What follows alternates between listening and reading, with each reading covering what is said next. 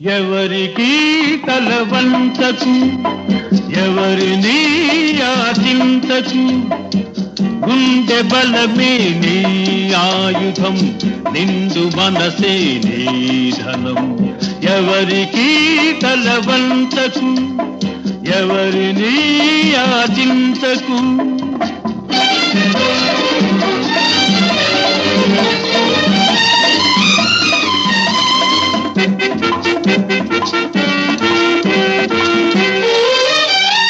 కండలు పిండే కష్టజీవులకు ఇంటికి కరువుంటుందా?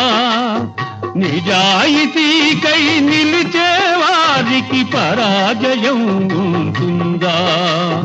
మంచితనమును మించిన పెన్నిధి, మంచితనమును మించిన పెన్నిధి మనిషికి